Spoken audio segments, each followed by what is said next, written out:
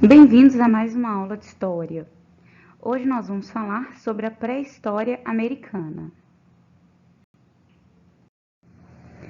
Uma das teorias mais conhecidas é de que a ocupação da América ocorreu há cerca de 13 mil anos, por meio do Estreito de Bering. Acredita-se que naquele período o nível do Oceano Pacífico e Ártico baixou e um corredor de terra surgiu em razão da última glaciação. Formou-se então uma passagem que possibilitou a migração por via terrestre de hominídeos, vindos provavelmente das atuais Mongólia e Sibéria, para o atual território do Alasca.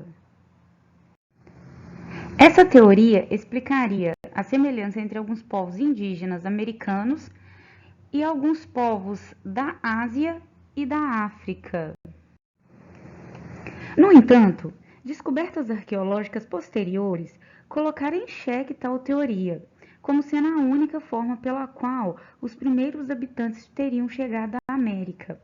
O pesquisador da Universidade de São Paulo, da USP, Walter Neves, ao estudar na década de 1970 um fóssil encontrado em Lagoa Santa, no estado de Minas Gerais, constatou que ele teria cerca de 100 mil anos ou mais, o que levou a crer que não houve somente um fluxo imigratório pelo Estreito de Bering para a América, mas sim dois, inclusive porque o fóssil, que foi batizado de Luzia, assemelhava-se a aborígenes australianos e não asiáticos.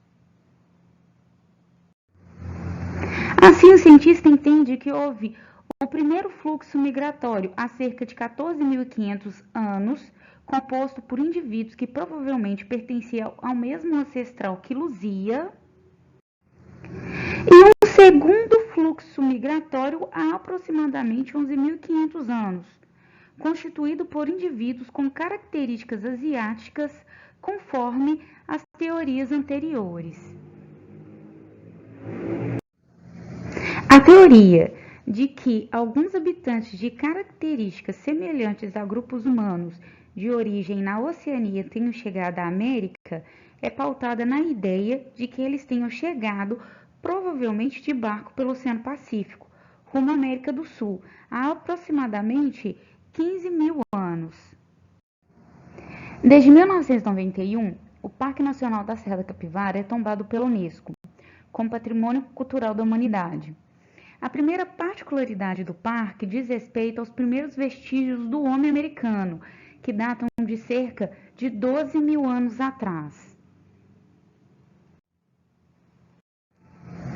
Identificar uma pintura rupestre é mais fácil do que decifrá-la.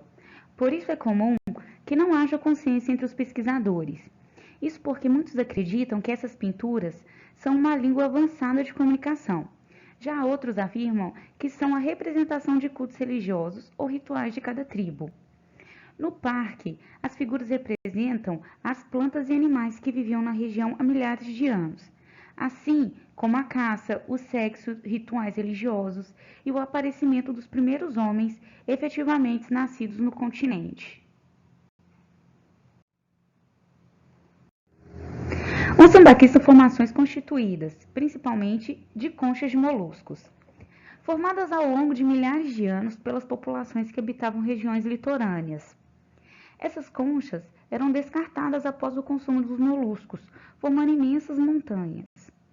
Apesar de conhecermos os casos no litoral, como em Santa Catarina, que tem montanhas de 30 metros, nós também encontramos indícios de sambaquis na Europa e na África.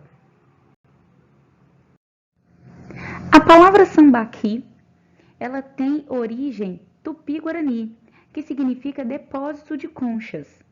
Os povos que habitavam as regiões litorâneas e formavam os sambaquis, com as suas ações, são conhecidas como os povos dos sambaquis.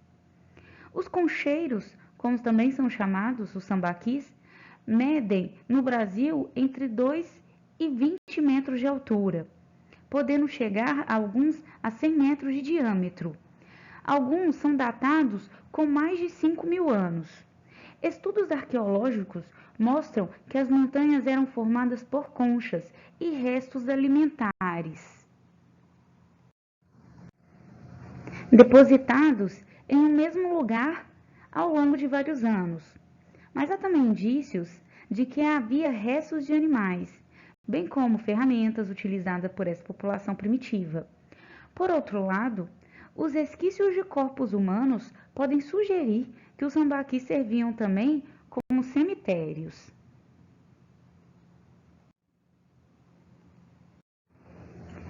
Os europeus e os indígenas da América tiveram seu primeiro contato no século XV, no momento da expansão marítima europeia.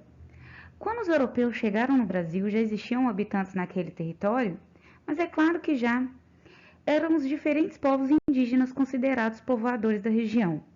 A colonização portuguesa teve como principais características a submissão e o extermínio de milhares de indígenas. Aliás, foram os europeus que chamaram os índios de índios. Os povos nativos da região. Englobar toda a diversidade cultural indígena nesse nome generalizante criou um certo entendimento de que todos os povos indígenas eram todos semelhantes, mas a verdade não é essa. O processo de colonização portuguesa no Brasil teve um caráter semelhante às outras colonizações europeias, como a colonização espanhola, que conquistou e exterminou os seus povos indígenas. Os astecas, por exemplo, tinham pouquíssimas semelhanças com os tupinambás, que habitavam o litoral brasileiro. Eles viviam em cidades, construíam estradas e dominavam diversos povos, formando um império. Já os tupinambás eram seminômades e não tinham uma sociedade muito hierarquizada. Essa imensa diversidade cultural não é contestável apenas entre os povos indígenas que viviam distantes, pois numa mesma região, aldeias podiam ser bastante diferentes. Esse é o caso do Aimorés e dos Tupiniquins, que habitavam o sul da Bahia. Embora vivessem na mesma região, falavam línguas completamente distintas e travavam contínuas guerras. A diversidade dos povos dificulta a obtenção de informações confiáveis sobre os grupos humanos que habitavam o Brasil às vésperas da conquista portuguesa, iniciada com Pedro Álvares Cabral em 1500. As denominações Tupi e Tapuia partiram dos colonizadores portugueses. Os tupis foram um grupo indígena que entrou em contato com os europeus nos primórdios da colonização. Assim foram chamados por serem da família linguística Tupi-Guarani. Estavam espalhados pelo litoral brasileiro e eram os mais numerosos. São tupis os seguintes grupos: os tupinambás, tupiniquins, tamoios, tabajaras, entre outros. O bom relacionamento, que de modo geral predominou entre os povos tupi-guarani e os portugueses, criou vários problemas para os tapuias, que eram vistos como os violentos e infiéis. Também neste ponto é difícil fazer generalizações, pois alguns povos que não eram tupis-guaranis também fizeram aliança com os portugueses. Os tapuias pertenciam ao tronco linguísticos diferentes dos troncos linguísticos tupis-guaranis, como o macro-GG ou algumas famílias linguísticas, como o Aruaque, Caribe, entre outros. Os primeiros indígenas brasileiros eram nômades e viviam da caça e da coleta. Muitos grupos desenvolveram agricultura, mas esse processo foi lento e gradual e não ocorreu de maneira uniforme. Bom, aqui a gente vê um trecho da carta de Pero Vaz de Caminha, que descreve: não há aqui boi, nem vaca, nem cabra, nem ovelha, nem galinha, nem qualquer outra animária, que acostumada seja ao viver dos homens. Nesse trecho, ele quer informar ao rei de Portugal que não há pecuária, não há agricultura, que os índios eles vivem uma vida completamente diferente do que se vivia em Portugal.